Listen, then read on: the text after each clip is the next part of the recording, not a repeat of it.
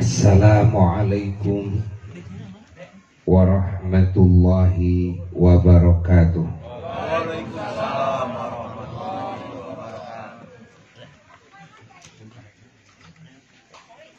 Alhamdulillahi rabbil alamin.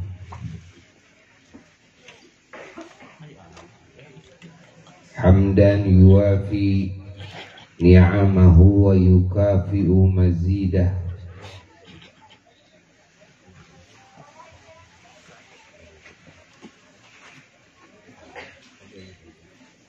Wa ashhadu an la ilaha illallah wahdah. Wa ashhadu anna sayyidana wa nabiyyana wa habibana wa syafi'ana wa qurrata a'yunina Muhammadan abduhu wa rasuluh wa nabiyuhu wa habibuhu wa kalimuhu wa khaliluh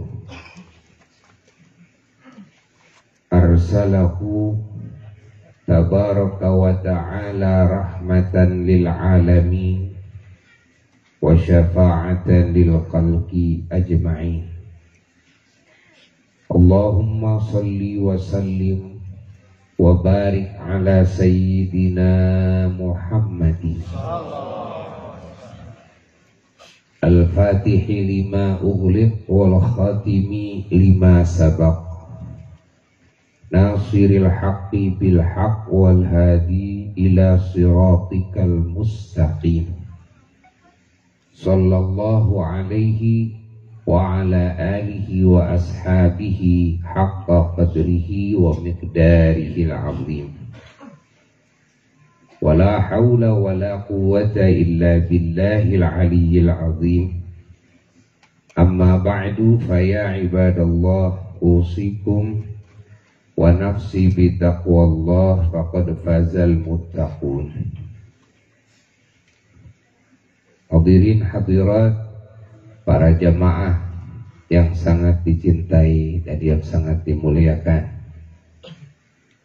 wabil khusus para kesepuhan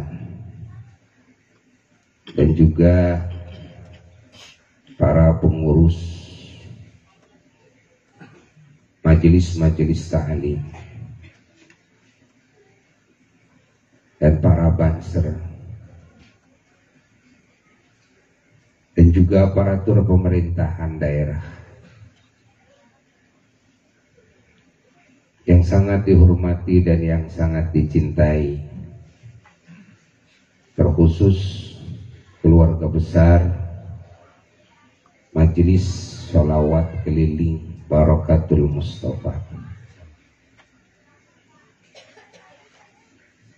dan terkhusus lagi sahibul acara Mas Ngadiono sekeluarga, yang mana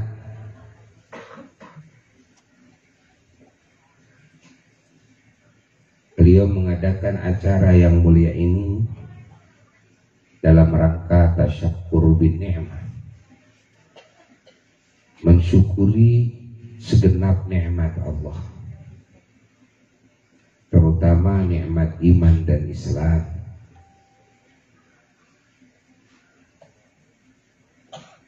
lalu nikmat sehat dan selamat, lalu nikmat punya keluarga dan keturunan yang soleh,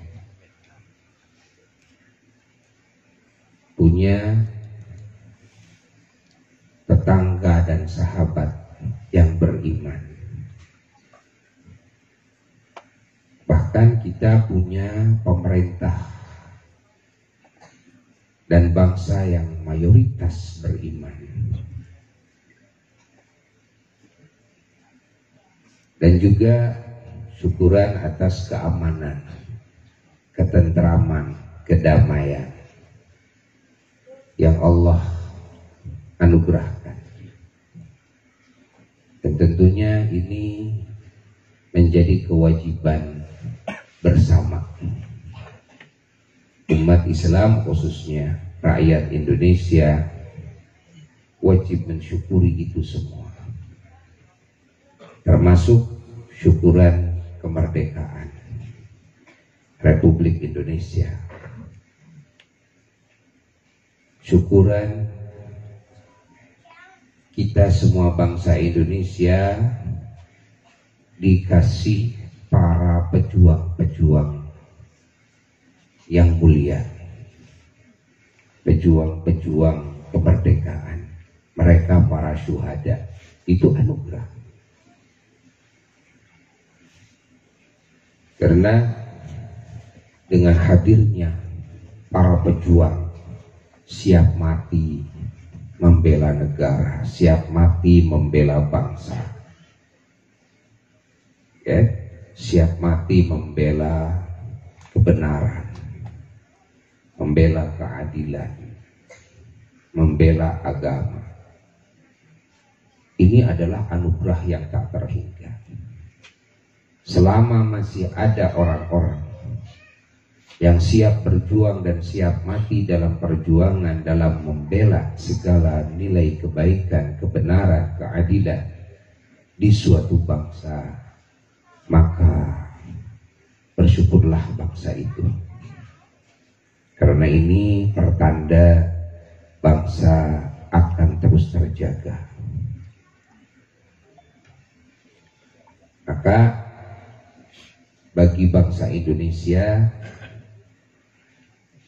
Buya menjauhkan agar kita semua, anak-anak dan keturunan para pejuang kemerdekaan Republik Indonesia, terus istiqomah melanjutkan perjuangan leluhur kita. Jangan pernah surut semangat perjuangan. Kenapa? Karena walaupun Indonesia ini sudah merdeka dari penjajahan Belanda, Jepang, Portugis, namun kemerdekaan ini masih tetap terancam. Kenapa? Karena setelah Indonesia merdeka, kekayaan Indonesia ini dan pasar Indonesia ini semakin terbuka, terlihat oleh seluruh bangsa. Melimpahnya keuntungan di negeri Indonesia ini luar biasa, tidak dimiliki oleh negara-negara lain di muka bumi. Maka Indonesia menjadi pusat perhatian semua bangsa. Tidak heran kalau negara-negara lain ingin berdagang di Indonesia. Tidak heran negara-negara lain ingin menguasai kekayaan Indonesia. Bahkan Indonesia terancam dengan kehadiran para pengecut-pengecut dari bangsa Indonesia itu sendiri,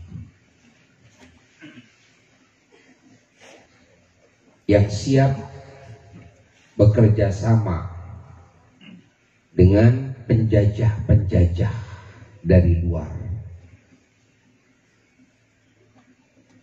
hanya dengan imbalan kekayaan bagi dirinya dan keluarganya dan keturunannya.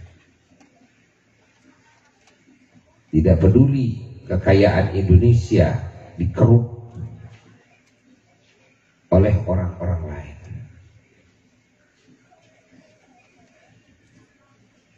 Tanah-tanah di Indonesia tidak peduli menjadi hak milik bangsa lain. Emasnya, nikelnya, timahnya, besinya, bajanya, ya, batu baranya, aspalnya, dan banyak lagi yang lainnya nggak peduli, dihabisi oleh bangsa-bangsa lain. Kehadiran pengecut ini merupakan ancaman atas kemerdekaan yang sudah dibangun.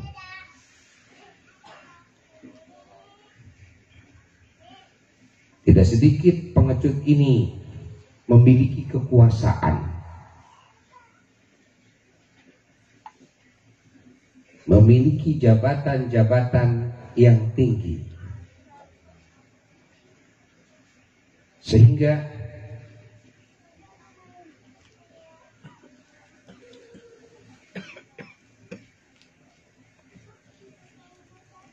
kekayaan Indonesia ini semakin terancam kalau pengecut itu orang bodoh, orang yang tidak punya kekuasaan, masih tidak terlalu dikhawatirkan. Namun ketika pengecut itu orang-orang pintar dan orang yang berkuasa, maka inilah yang sangat dikhawatirkan.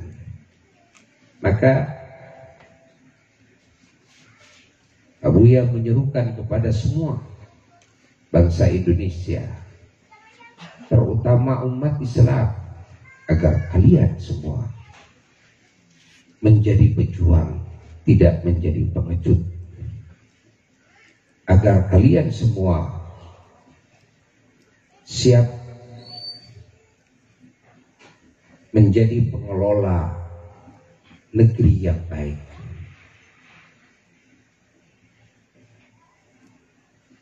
Agar kalian semua siap mengusir semua penjajah-penjajah dan membersihkan segala bentuk penjajahan di Indonesia ini. Karena tidak sedikit rakyat yang terjajah karena ada yang menjajah.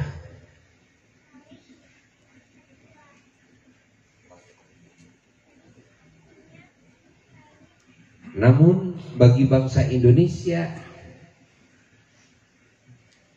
jika mau berjuang bersama-sama, kita bangsa Indonesia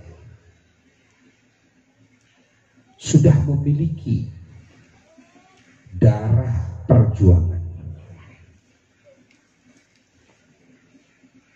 Kita semua sudah berpengalaman ketika dijajah oleh Belanda ratusan tahun,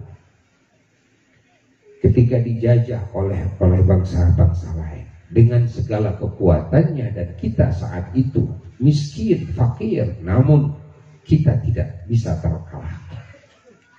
Dan akhirnya mereka yang dikalahkan.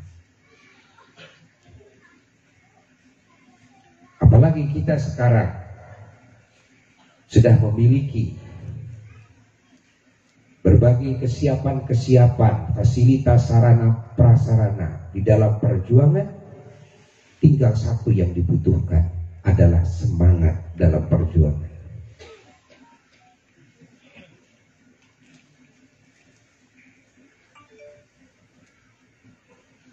Jangan sampai kemerdekaan ini hilang kembali.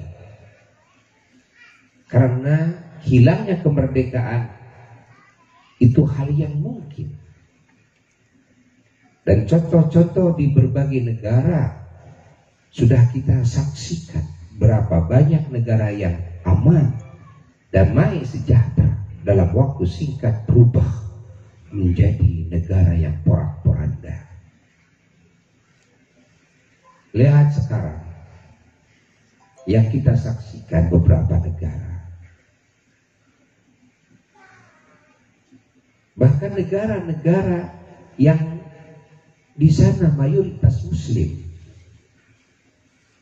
seperti seperti Syria, seperti Yaman, dulu Iran dan Irak. Ini kan mayoritas Muslim.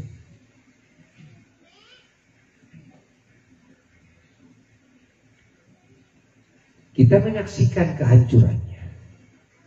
Kita menyaksikan berjuta-juta yang terbunuh, bahkan yang dibunuh dengan sengaja. Berjuta-juta yang kelaparan, berjuta-juta yang sakit, berjuta-juta yang luka. Bukan hitungan ribu lagi di dunia ini, tapi berjuta-juta. Maka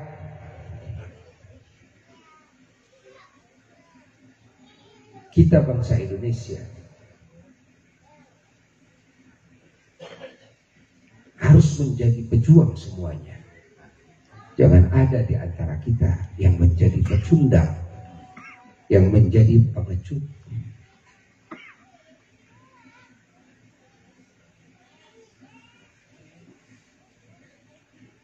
Jika kita semua bangkit bersama-sama membangkitkan semangat perjuangan, insya Allah dalam waktu yang singkat bangsa Indonesia akan menjadi bangsa yang terkaya di muka bumi, bangsa yang paling makmur di muka bumi. Tidak akan ada yang sengsara di Indonesia. Tidak akan ada yang fakir.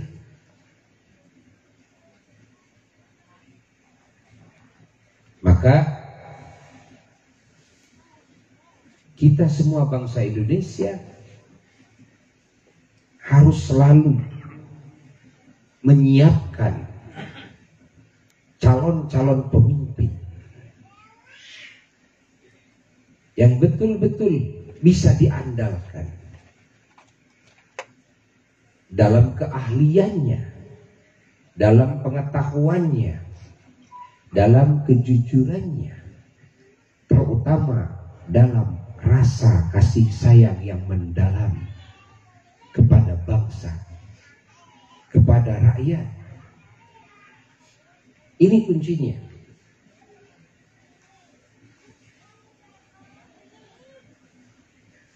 Ketika seorang pemimpin yang hatinya penuh dengan rasa kasih sayang kepada bangsanya, kepada rakyatnya, maka segala kekayaannya, segala keuntungannya akan ditumpahkan untuk rakyatnya.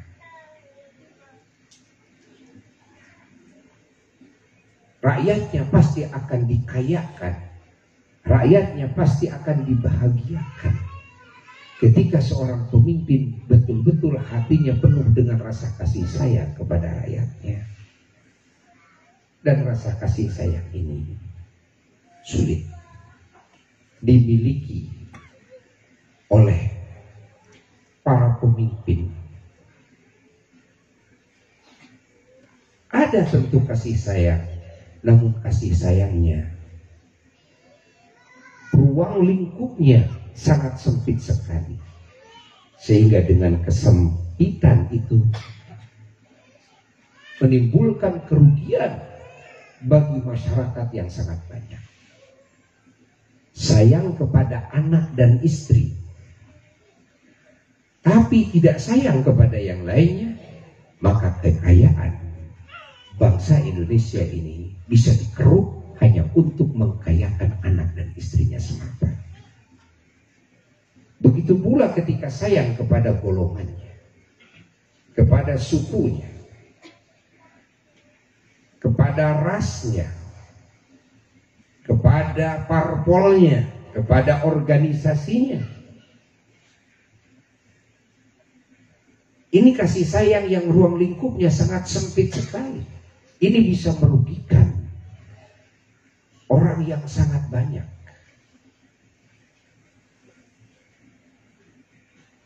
Maka kita harus terus berjuang membikin calon-calon pemimpin yang betul-betul bisa menjadi andalan semuanya dalam segala bidangnya,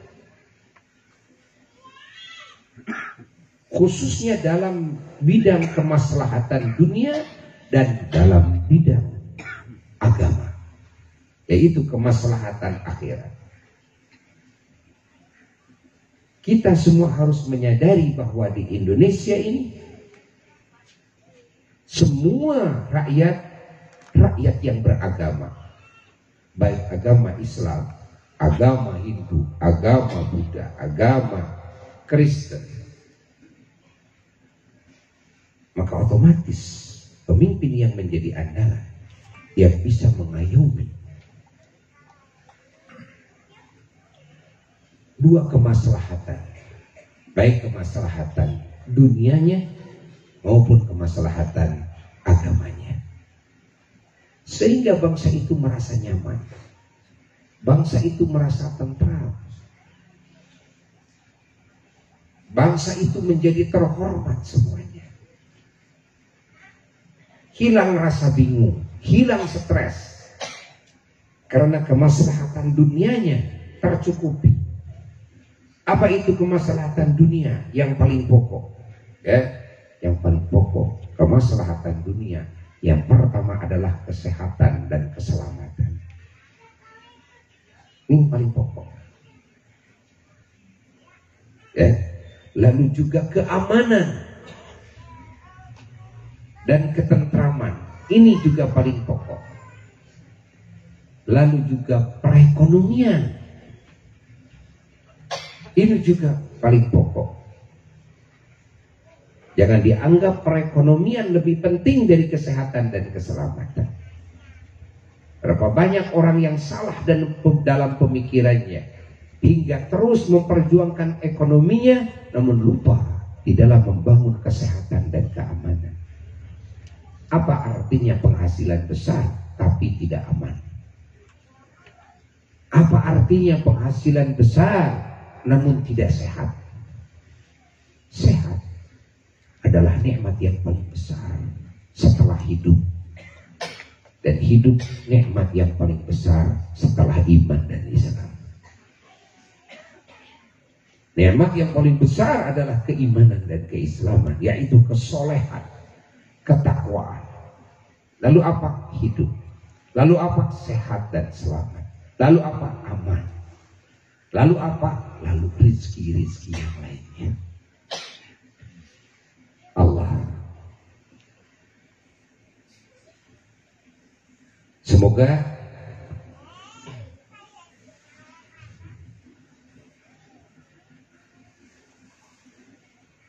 setelah diperingatkan kita kepada nikmat yang sangat besar, yaitu kemerdekaan, keamanan, ketentraman, kedamaian, dan diperingatkan kepada para pejuang-pejuang, mereka para syuhada. Mudah-mudahan ini menjadi sebab kebangkitan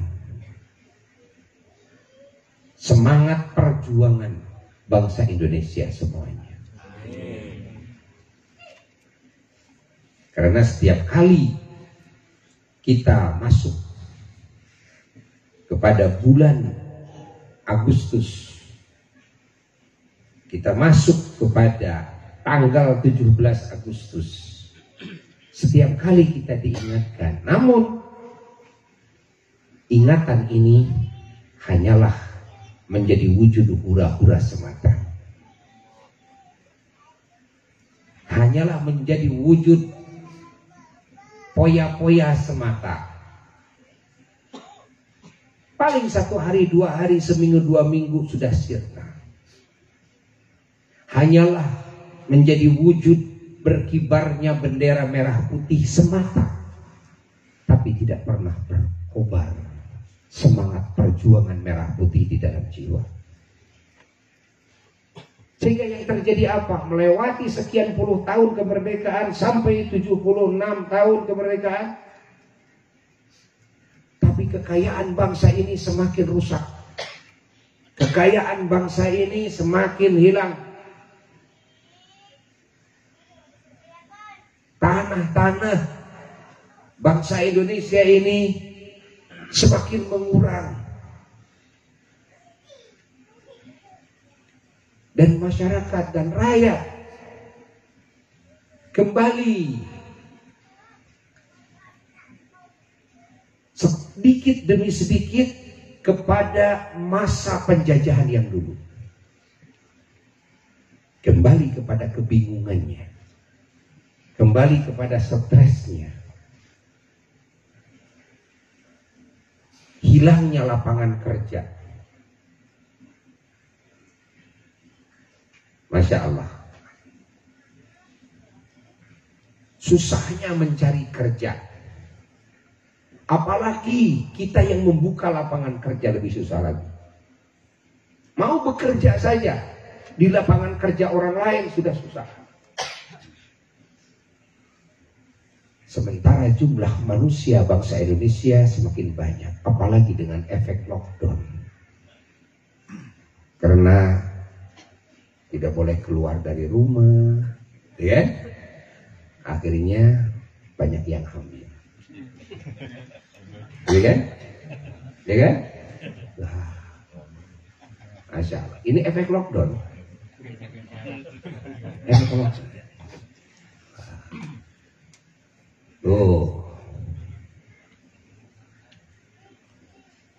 Konon catatan yang meninggal dunia kan sebab corona sekian puluh ribu, tapi sebetulnya yang melahirkan jauh lebih banyak ketimbang yang meninggal dunia. Insya Allah. Mudah-mudahan ini yang dilahirkan menjadi calon pejuang-pejuang sejati bagi bangsa dan agama.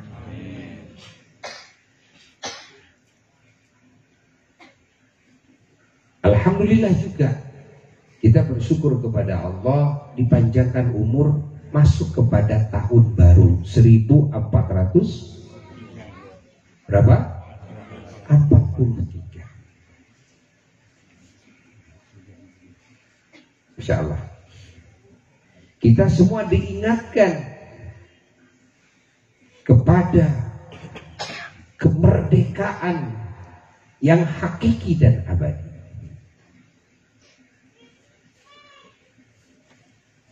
Dan kita diingatkan kepada para pejuang-pejuang kemerdekaan yang sejati. Apa kemerdekaan yang hakiki dan abadi? Adalah merdekanya jiwa kita dari penjajahan setan, dari penjajahan hawa dan nafsu, keinginan dan nafsu amarah, dan dari penjajahan dunia. Siapa para pejuangnya? Para pejuangnya adalah para nabi dan para rasul alaihi wassalatu wassalam.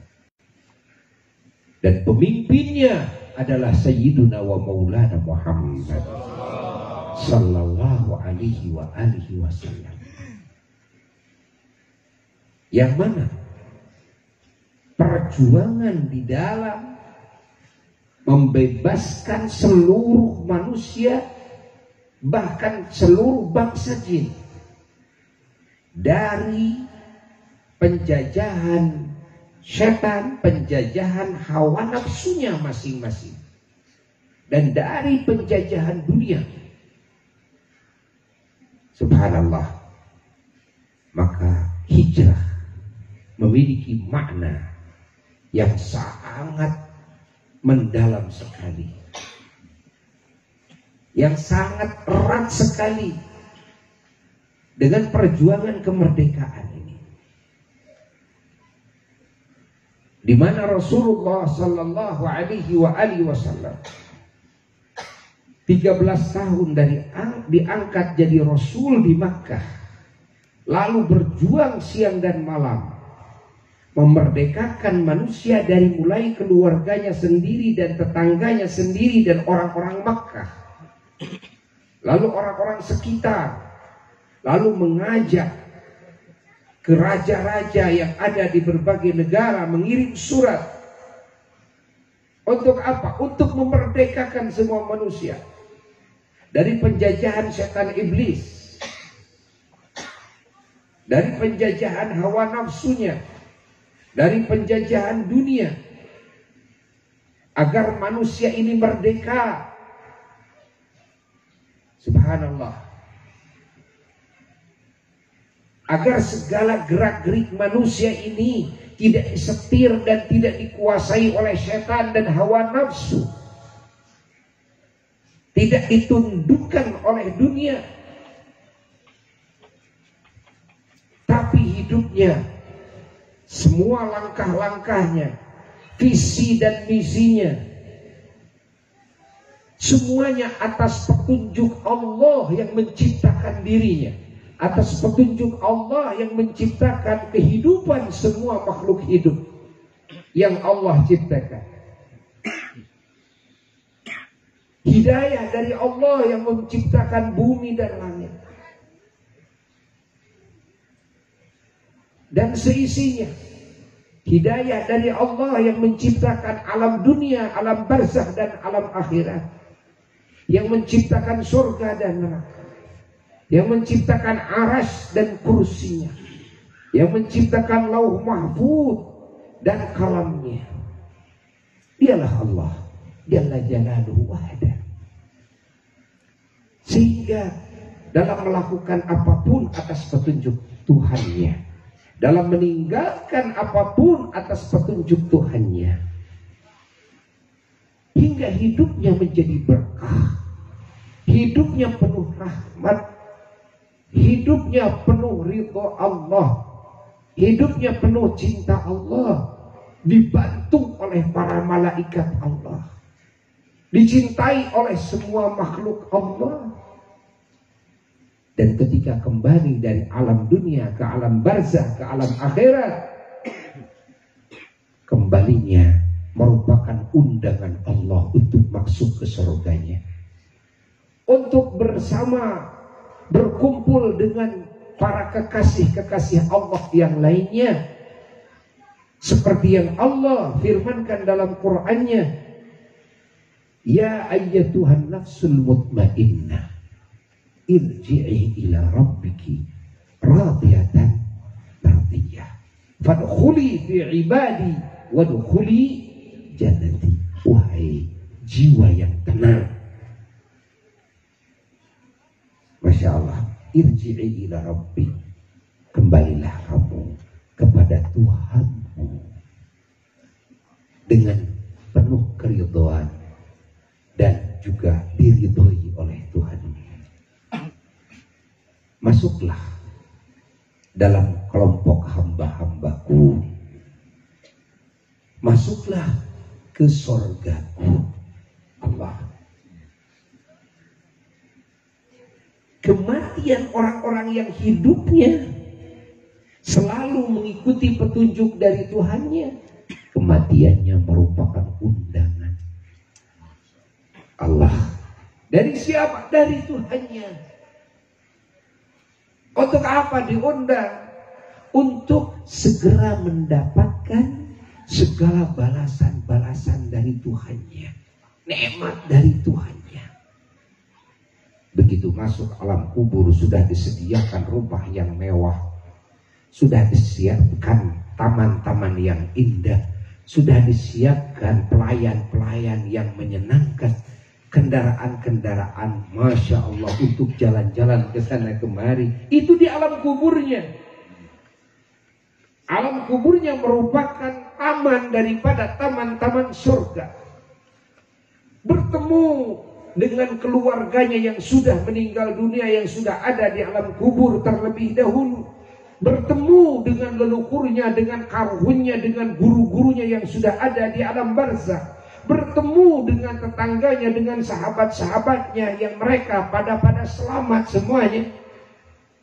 Allah kerjaannya keliling. Di sini marhabaan keliling, di dalam kubur juga nanti keliling. Amin. Lili pingin ketemu sama Eyang Mahmud, pingin berziarah. Oh gitu. Nanti kalau berziarah ketemu beneran. Kalau sekarang mau berziarah ke Eyang Mahmud, tidak bisa ketemu. Hanya ketemu dengan kuburan, gitu kan? Tapi kalau di alam kubur nanti ketemu beneran. Allah ketemu, pingin ketemu dengan guru-guru, pingin ketemu dengan, masya Allah, leluhur kita, orang tua kita, nenek moyang kita. Nanti ketemu, yang tadinya tidak tahu jadi tahu. Oh ini kakek saya, oh ini buyut saya, oh ini. Pertemuan yang sangat indah, yang mana mereka merindukan kita, kita pun merindukan mereka. Sehingga di alam kubur sangat betah sekali, sangat bahagia sekali. Itulah kematiannya orang-orang yang ketika hidupnya selalu mengikuti petunjuk Tuhannya, tidak melakukan apapun kecuali atas petunjuk Allah, tidak menjauhi apapun kecuali atas petunjuk Allah.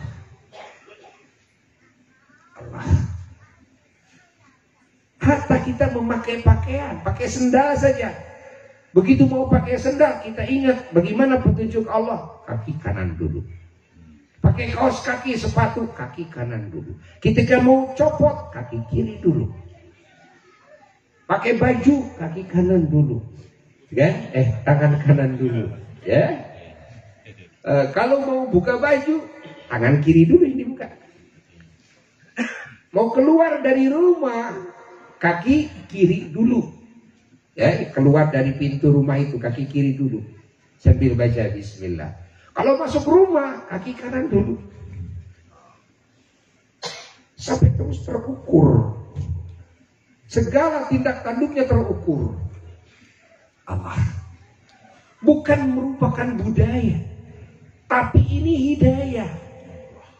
Jadi segala gerak-geriknya melakukan dan meninggalkan semuanya atas hidayah, atas petunjuk Allah.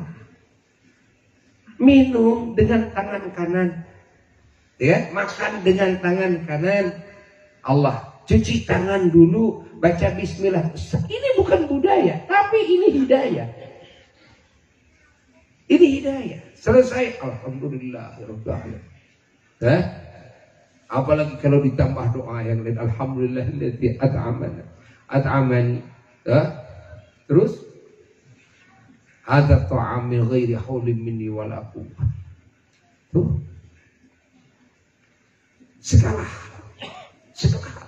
hatta ketemu siapapun, menurut Allah kalau ketemu dengan sesama harus bagaimana? Menurut Allah harus mengucapkan salam. Lalu kalau kita keduluan sama yang lain, kita menjawab salam.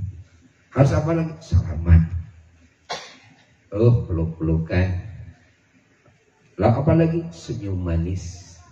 Ya, raut wajah yang sumringah. Lalu apa? Kata-kata yang indah dan penuh doa. Masya Allah, penuh doa. Sapaan yang penuh doa, penuh kasih sayang. Allah. Ini semua hidayah dari Allah. Hidayah dari Allah. Ada yang sakit, kita tengok. Kenapa kita menengok? Petunjuk Allah. Kita harus nengok yang sakit. Kita harus ngurus jenazah. Ya? Kita harus silaturahmi. Atas perintah siapa? Perintah Allah. Petunjuk siapa?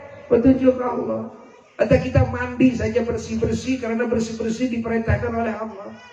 Jasad kita harus sehat, harus bersih dari najis, harus bersih dari hadas. Hadas besar, hadas kecil, hadas besar dengan mandi besar, hadas kecil dengan wudu. Tuh. Pakaian kita juga harus bersih dari najis. Allah. Tempat juga harus bersih dari najis. Orang yang tidak beriman mandi sama-sama mandi. Orang yang tidak beriman ngepel sama-sama ngepel. Ya kan? Di rumahnya dibersihkan sama-sama kok. Tapi beda. Orang yang beriman apapun yang dikerjakannya atas petunjuk Sang Pencipta bumi dan langit. Kalau yang tidak beriman dia lakukan ya atas keinginannya saja. Ya kan? atas perintah otaknya saja. Kalau kita tidak, otak itu peran pembantu saja, bukan yang memproduksi pengetahuan. Tidak, otak tidak bisa memproduksi pengetahuan, otak tidak bisa memproduksi hidayah. Lah, otak tidak memproduksi aturan, baik perintah maupun larangan. Otak adalah peran pembantu. Ya, otak digunakan untuk mengenal Allah, otak digunakan untuk mengenal aturan Allah dalam kehidupan kita. Petunjuk Allah, apa yang saya harus lakukan, apa yang tidak boleh saya lakukan, dipikir oleh otak. Itulah orang yang beriman. Lalu diwujudkan ya, dalam tindakan-tindakan konkret sesuai dengan hidayah dari Allah. Coba, manusia yang mana yang paling beruntung seperti orang-orang yang beriman seperti itu? Di saat yang lain tidak punya Tuhan, di saat yang lain gerak-geriknya bukan atas bimbingan Rabbul Alamin, tapi orang yang beriman segala gerik-geriknya atas bimbingan Rabbul Alamin. Maka kita harus bersyukur. Maka kemerdekaan yang hakiki terbebas dari godaan setan. Kan setan itu memerintah dan melarang. Kerjaannya, kamu harus begitu ya, kamu jangan begini ya. Tapi semuanya perintah dan larangannya hanya menjerumuskan manusia ke jurang kehinaan dan kerugian, ke jurang kecelakaan dan kenistaan. Hawa nafsu juga sama. Hawa nafsu ini memerintahkan kepada kita, melarang kita. Sama, kerjaannya seperti itu.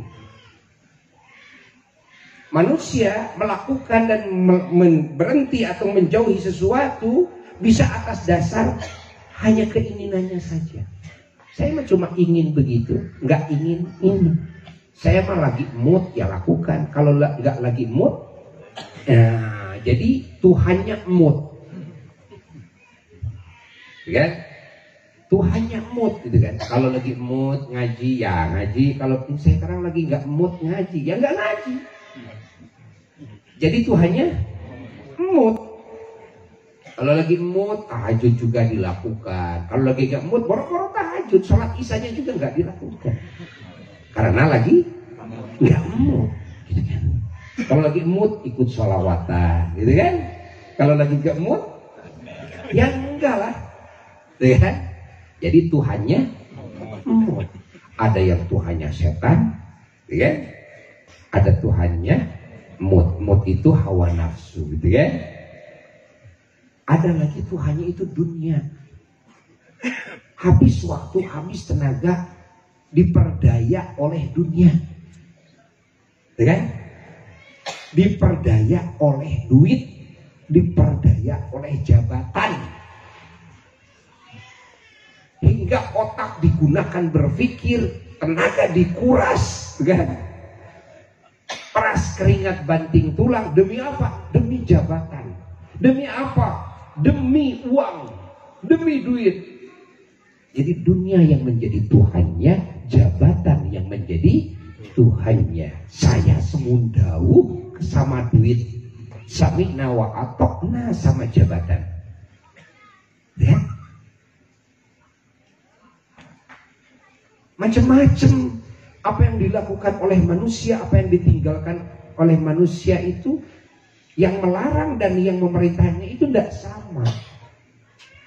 Maka para rasul diutus, wabil khusus Sayyiduna wa Maulana Muhammad SAW, untuk memerdekakan semua manusia dan bangsa jin.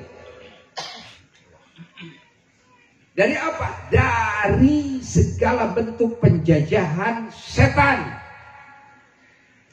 dari segala bentuk penjajahan hawa dan nafsu, dari segala bentuk penjajahan dunia. Ketika manusia dan bangsa jin betul-betul merdeka dari penjajah yang 4 ini, maka manusia ini akan merdeka dari ancaman api neraka, akan merdeka dari ancaman siksa kubur, akan merdeka dari ancaman fitnah kubur, akan merdeka dari ancaman pertanyaan malaikat munkar nakir di kubur, akan merdeka dari ancaman bencana nanti pada hari kiamat, akan merdeka dari ancaman ketika dihisab, ketika ditimbang amal, ketika dibagi buku catatan amal, ketika dikumpulkan di mahsyar, ketika dilintaskan ke Shiratal Mustaqim, dia akan merdeka. Allah, bayangkan. Dan di dunia pun akan merdeka dari segala musibah-musibah, dari warna-warni fitnah, akan merdeka. Allah pahami oleh kita. Maka hijrah mengingatkan kepada kemerdekaan yang total. Allah. Dan di bulan Agustus sekarang ini, Masya Allah, Allah menakdirkan dipertemukan antara kemerdekaan ya, bangsa Indonesia dari penjajahan Belanda, penjajahan Jepang, dari penjajahan Portugis, dan juga bertemu berkumpul dengan kemerdekaan manusia, kemerdekaan Muslim, mukmin, baik manusia maupun bangsa jin, ya. Dari penjajahan setan, penjajahan hawa nafsu, dan penjajahan dunia. Allah. Maka dengan hijrah ini, seyogyanya kita setiap muslim, umat baginda Nabi besar Muhammad sallallahu alaihi wasallam tersentuh dengan hijrahnya Nabi kita sallallahu alaihi wasallam setelah berjuang siang dan malam di Makkah, dari mulai diangkat menjadi Rasul utusan Allah sampai 13 tahun di Makkah berjuang siang dan malam memerdekakan manusia. Namun apa yang terjadi? Yang terjadi hanya sedikit yang mendapatkan hidayah di Makkah saat itu. Apa yang terjadi akhirnya? Yang terjadi Nabi kita diancam, dibunuh, kan? Bahkan Nabi kita diusir dari Makkah, tempat kelahirannya. Bayangkan, tempat kelahirannya diusir dari tempat kelahirannya, diusir. Bukan semata-mata diusir begitu saja, tidak, tapi diusirnya dibunuh, yakni siap dikepung, dibunuh, mau dibunuh. Namun Allah menyelamatkan Nabi kita sallallahu alaihi wasallam, dan Allah memerintahkan kepada Nabi kita untuk berpindah dari Makkah ke mana? Ke Madinah. Itu setelah 13 tahun di Makkah berdakwah. Masya Allah, pindahlah ke Madinah bersama keluarganya dan para sahabat-sahabatnya yang beriman. Di Madinah terbukalah, Masya Allah, pertolongan Allah yang luar biasa, tidak terduga sebelumnya. Begitu datang ke Madinah, disambut oleh keluarga Nabi yang ada di Madinah, ya, karena keluarga dari ayah Nabi ada di Madinah. Nah, dan orang-orang Muslim yang sudah Islam duluan sebelum Nabi berhijrah ke Madinah dan menyebarkan Islam di Madinah lebih dulu atas instruksi Nabi, ya, Allah, bayangkan, Nabi disambut dengan tola al-badru alaina min saniyatil wada' wajib syukru alaina ma da'a lillahi da' ayyuhal mab'uthu fina jitta bil amril muta'. Didendangkan oleh semua ahli Madinah, lakinya, perempuannya, anak-anaknya, disambut dengan meriah kebahagiaan yang tiada bandingannya orang Madinah dan umat Islam saat itu, menyatulah antara sahabat-sahabat yang hijrah, itu yang disebut kaum muhajir. Muhajir itu adalah yang hijrah bersama Nabi, ya, sallallahu alaihi wasallam, bercampur dengan orang-orang asli Madinah, yaitu yang menolong Nabi, yang menolong para sahabat Nabi yang berhijrah, yang disebut dengan kaum Ansor. Ansor itu para penolong. Kaum muhajirin diterima dengan senang hati di rumah-rumah mereka. Allah, tanpa menyewa, diajak bersama-sama di rumah mereka, berekonomi bersama-sama, penghasilannya dinikmati bersama-sama, tani bersama-sama, hasilnya dinikmati bersama-sama, lalu semuanya juga kompak. Hasil dari bisnisnya dipakai perjuangan agama semuanya. Serahkan semua kepada Sayyidina wa Maulana Muhammad sallallahu alaihi wasallam. Diatur oleh Nabi kita. Masya Allah, Masya Allah. Maka Madinah menjadi pesantren yang teristimewa di muka bumi. Lahirlah sahabat-sahabat Nabi yang menjadi ulama-ulama besar dan wali-wali besar, pejuang-pejuang hebat Allah, yang menjadi pemimpin-pemimpin umat di dunia dan di akhirat. Lebih dari 150.000 sahabat Nabi. Bayangkan oleh kita, dididik oleh Nabi, digembleng oleh Nabi, keyakinannya, akhlakul karimahnya, visi misinya, amal-amalnya, ucapannya, politiknya, perekonomiannya. Siapa yang mengajar? Nabi. Karena ekonominya Muslim tidak seperti ekonomi non-Muslim, beraturan ekonominya dengan aturan Allah. Rumah tangganya, kan? Pertaniannya, pergaulannya, segala sesuatunya, hatta dalam urusan kesehatannya, keamanannya, kesejahteraannya, dididik oleh Nabi. Terciptalah Allah, satu kelompok di muka bumi yang mencengangkan semua ahli bumi dan ahli langit.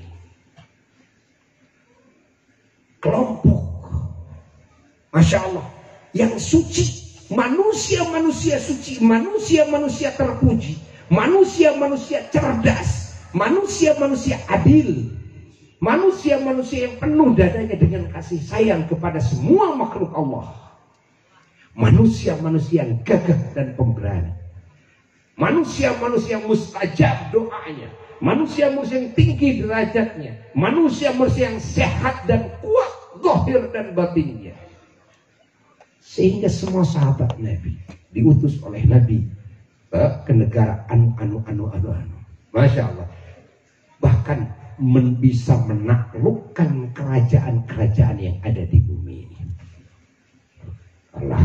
Siapa yang ngajarin? Nabi. Yang ngajarin politiknya? Nabi. Yang ngajarin strategi perangnya? Nabi. Dan segalanya diajari oleh Nabi. Sampai doa-doanya Nabi yang ngajarin. Gak ada di kita yang ngajarin gitu kan. Ilmu strategi militer sampai ke doa-doanya gak ada di kita. Tapi Nabi ngajarin segalanya. Ya. Akhirnya bayangkan, dari cahaya Madinah, cahaya hijrah. Nabi di Madinah berapa tahun sampai wafat? 10 tahun. Di Makkah 13 tahun Nabi. Hasil yang beriman hanya sampai ratusan. Begitu datang ke Madinah, ratusan ribu. Allah dalam waktu 10 tahun.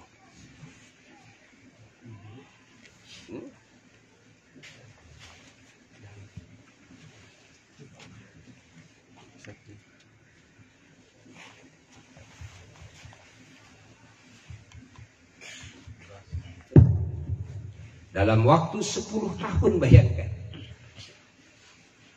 Siapa manusia yang di muka bumi ini bisa membuat pesantren atau universitas atau sekolah yang bisa mencetak manusia-manusia suci, zahirnya batinnya, manusia mulia, terpuji, cerdas, sehat, kuat, mustajab doanya, memiliki ilmu kasyaf yang luar biasa, jadi wali semua, ulama semua, pendekar-pendekar pemberani semua, bukan cuma berani tapi keahliannya di dalam menaklukkan negara-negara lain yang sudah terdidik ratusan tahun bahkan ribuan tahun, tapi semuanya dalam waktu singkat terkalahkan semuanya.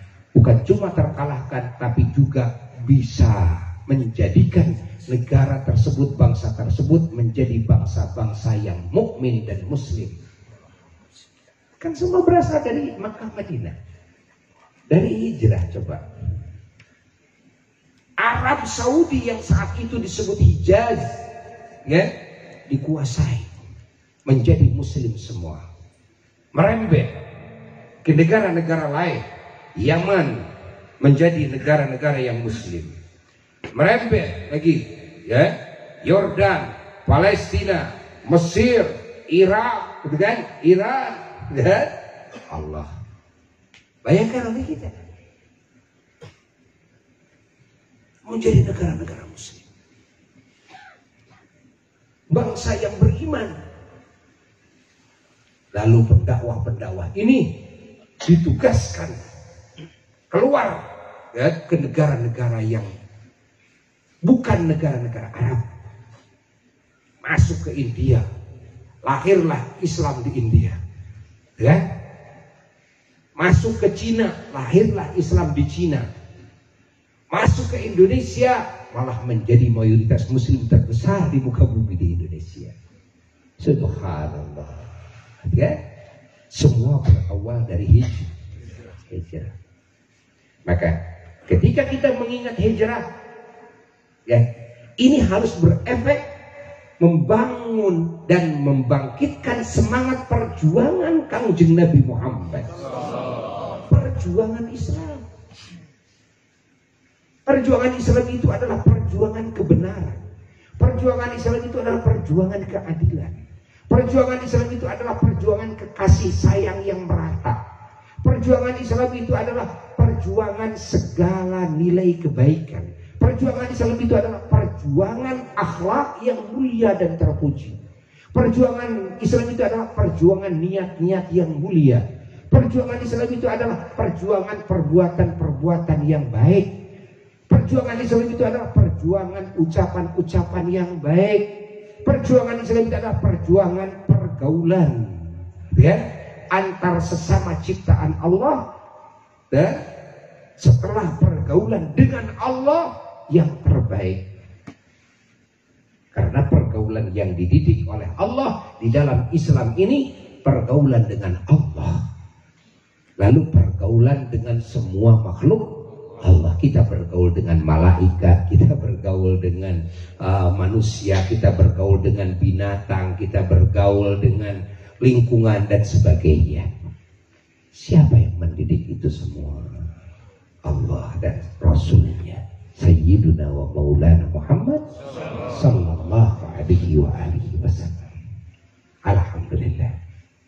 Maka dalam acara ini, ya, ini acara yang sangat, Masya Allah, ya, mulia sekali. Melalui niat Mas Nadiono, ya, yang mulia, dalam acara tasyakur bin ni'mahnya, ya, dan juga putranya yang kecil, ya, yang baru 11 tahun ulang tahunnya, yaitu Adik Nurholis Mustaqim, dan juga kakaknya siapa, ya, Desa Adi Saputra, ya. Kita semua diingatkan juga hingga kita bersama-sama tasyakur bin ni'mah, ya, ikut menggabungkan niat-niat kita kepada niat-niatnya sohibul acara Alhamdulillah. Dan juga kita semua berkumpul saat ini merupakan pertemuan yang sangat dirindukan. Setelah berapa bulan kita tidak bertemu, ya. Karena apa tidak bertemu? Karena apa? Karena apa jawab? Ada yang jawab karena PPKM. Tidak. Tapi kita semuanya ya tidak bertemu secara offline sekarang ya, secara fisik, bukan karena PPKM, ya, tapi karena perjuangan bersama,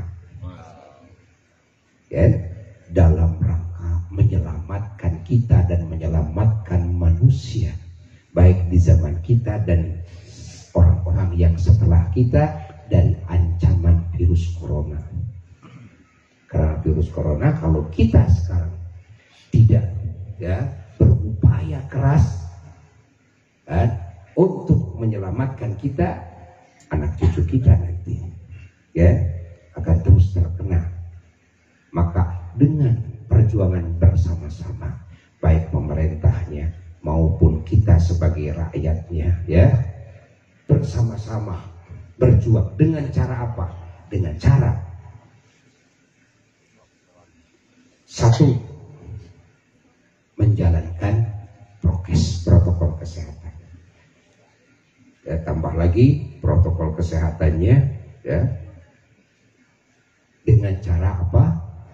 Dengan cara kita diam di rumah. Bukan cuma kita pakai masker saja atau cuci tangan saja, tapi juga diam di rumah. Lalu dengan cara apa? Dengan cara vaksin. Ya, vaksinasi ini. Ini perjuangan agar semua selamat. Ya, perjuangan. PPKM ini bukan semata-mata aturan pemerintah, tidak. Tapi ini hasil keputusan, kan? Penelitian dari tim medis. Ya, lalu dimusyawarahkan juga dengan pemerintah, lalu menghasilkan keputusan cara untuk penyelamatan ini dengan cara bikin PPKM. Ya. Ini perjuangan kita bersama. Alhamdulillah. Dan Alhamdulillah. Dengan perjuangan ini kita sudah mendapatkan hasilnya. Angka kematiannya sangat jauh sekali menurun. Yang terkena juga sangat jauh sekali menurun. Rumah sakit sekarang udah mulai kosong dari yang punya penyakit corona. Alhamdulillah. Ini berkat kerjasama kita semuanya. Dan juga tentunya kita umat Islam ada cara lain. Apa? Adalah kembali kepada Allah. Banyak berdoa kepada Allah, bertobat kepada Allah. Dengan banyaknya yang bertobat, dengan banyaknya yang kembali kepada Allah, banyak yang berdoa, yang berzikir kepada Allah. Nah, ini secara otomatis oleh Allah Subhanahu wa Ta'ala diredam, walaupun belum total. Ingat, yang mendatangkan corona Allah, dan yang akan mensirnakan kembali siapa? Allah. Semoga melalui perjuangan kita dan doa-doa kita bersama ya, dan juga melalui kumpulan-kumpulan majelis ilmu, majelis zikir, majelis sholawat ya, marhaba seperti ini, semoga corona cepat dihilangkan oleh Allah dan diganti dengan kesehatan, diganti dengan kesejahteraan, diganti dengan kenikmatan, diganti dengan warna-warni anugerah dari Allah Jalla Jalaluhu. Semoga Allah Subhanahu wa Ta'ala mengabulkan segala hajat-hajat kita semua yang baik di sisi Allah, dan kita semuanya bisa sering berkumpul lagi. Insya Allah pengajian di Masjid Agung Banjaran akan dimulai nanti pada malam Jumat berapa? malam Jumat pertama insya Allah kita kompak di Masjid Agung Pajajaran insya Allah ya. Lalu kesananya di Masjid Al-Fathu insya Allah.